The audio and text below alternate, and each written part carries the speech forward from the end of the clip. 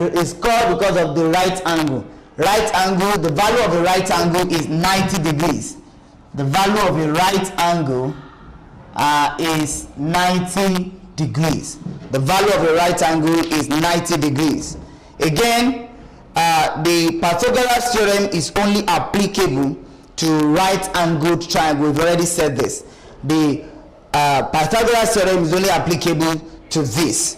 Again, the formula for calculating the area of a triangle, known as half base times height, again is only applicable to this, because this is only the type of triangle that the base is specified, the height is also specified, and usually this is the height. Again, the second one is isosceles. How you'll be able to know an isosceles triangle? Your knowledge of an isosceles triangle will be handy when we get to geometry. One of the basic properties of an isosceles triangle is that base angles are equal. Base angles are equal. Base angles are equal. Opposite sides are also equal. Opposite sides are equal. Opposite sides are equal. Again, equilateral triangle. All the sides are equal. All the angles are also equal. It can also be divided into two equal triangles. Like in isosceles, equilateral is a little bit different. For an equilateral triangle, it looks like this. All the sides are equal. All the angles are equal. And each is 60 degrees. All the angles are equal. All the sides are equal for equilateral. Again, for scalene, triangle, none of the sides are equal, none of the angles are equal.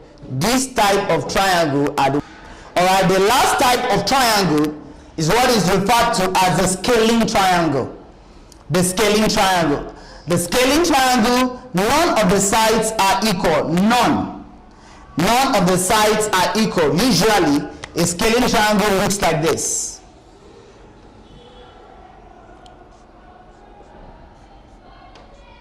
None of the sides are equal. Again, none of the angles are equal. None of the angles are equal. None of the sides are equal. And one of the good parts of this kind of triangle is the cosine and the sine rule are well suited for this type of triangle. The cosine and the sine rule are well suited for scalene triangle because none of the sides are equal, none of the angles are equal. Alright? Now let's move on to the area. How do we calculate the area of the triangle? In my little quest, I discovered that we can use three types. We can use three types of formulae to determine the area of a triangle. Number one, the area of a triangle can be calculated by half base times height. Half base times height. Again, you can use half AB sine theta. And then lastly, what we call the Eros formula. The Eros formula can be used to determine the formula or the area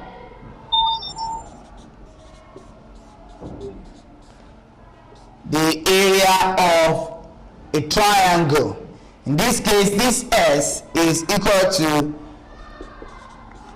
half AB plus C.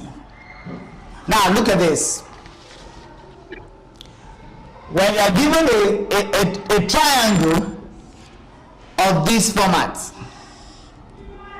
in which case the height is specified and also the base is specified. Let's say the height is specified as h and the base is specified as m.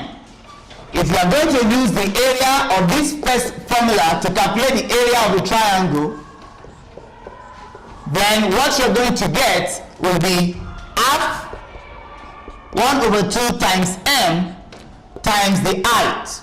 That will give you the area of the triangle. Again, if you are given another type of triangle in which case the height and the base is not specified, let's say for instance triangle ABC, in which case any of the angles of this triangle have been presented to you. Let's say for instance you have angle 30 here, and this side has been provided as 3. This side again has been provided as 6 centimeter, 3 centimeter.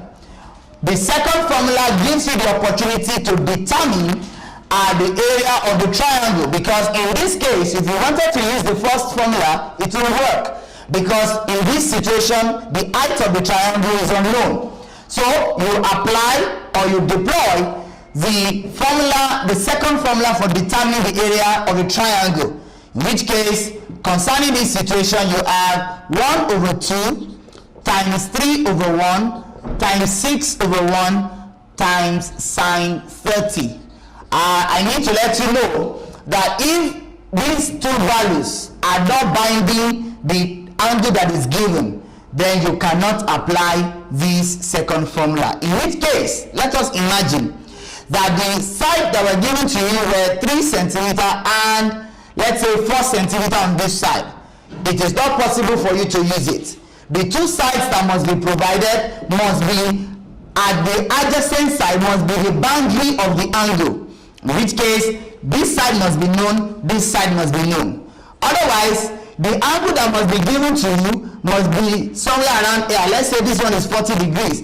Then you can apply this second formula. In which case, these two sides are known.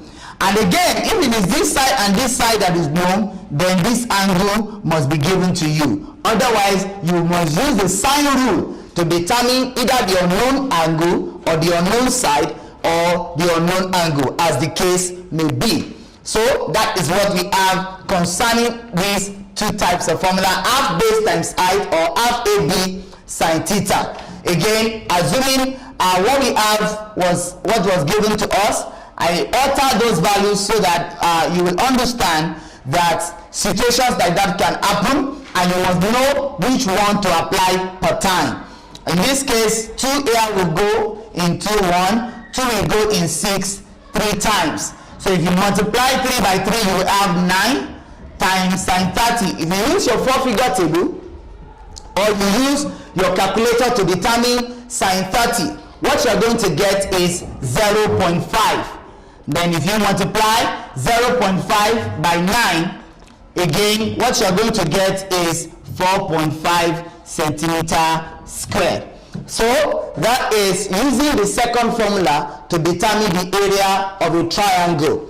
The simplest format, of course, will be this type, in which case a right angle triangle is presented to you and then you manipulate it, having known the height or the base. Again, the kind of situation may present itself in which a right angle triangle is presented to you and one of these sides is missing.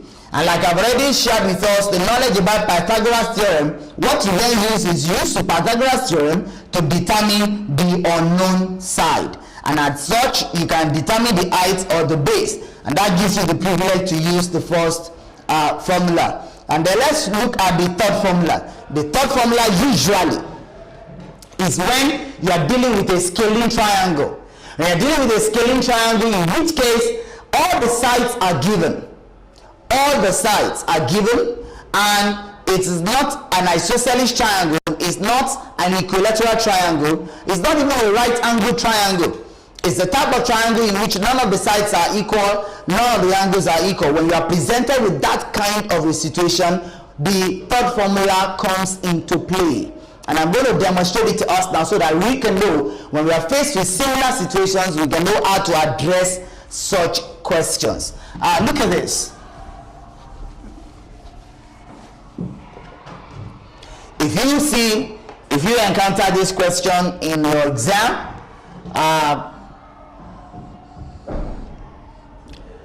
PQR, and you have been given 7, 5, 4. And you are asked to find the area.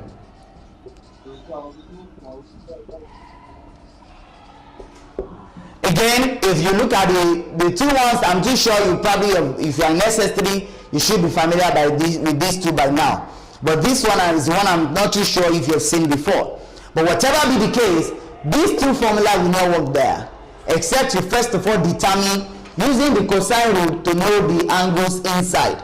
But again, that will take your time. If this kind of question comes in your UTME, where you are required to use 45 seconds on one question. So what you do is you quickly use this formula to determine the area of a triangle, in which case none of the sides are equal. And of course, I have already given us the clue to determine S. S is half the sum of all the angles. S is the sum when you add all the angles together and then you divide by 2. Let's quickly look at this. So if and like I already shared with us, the small side, the side facing the angle Q is known as small q, the side facing angle R, small r, the side facing angle P is known as small p. So you can then say Q equals to 7, comma, R equals to 5, and then P equals to 4. So our S will be half into Q plus R plus P, which gives us 1/2 into bracket 7 plus 5 plus 4.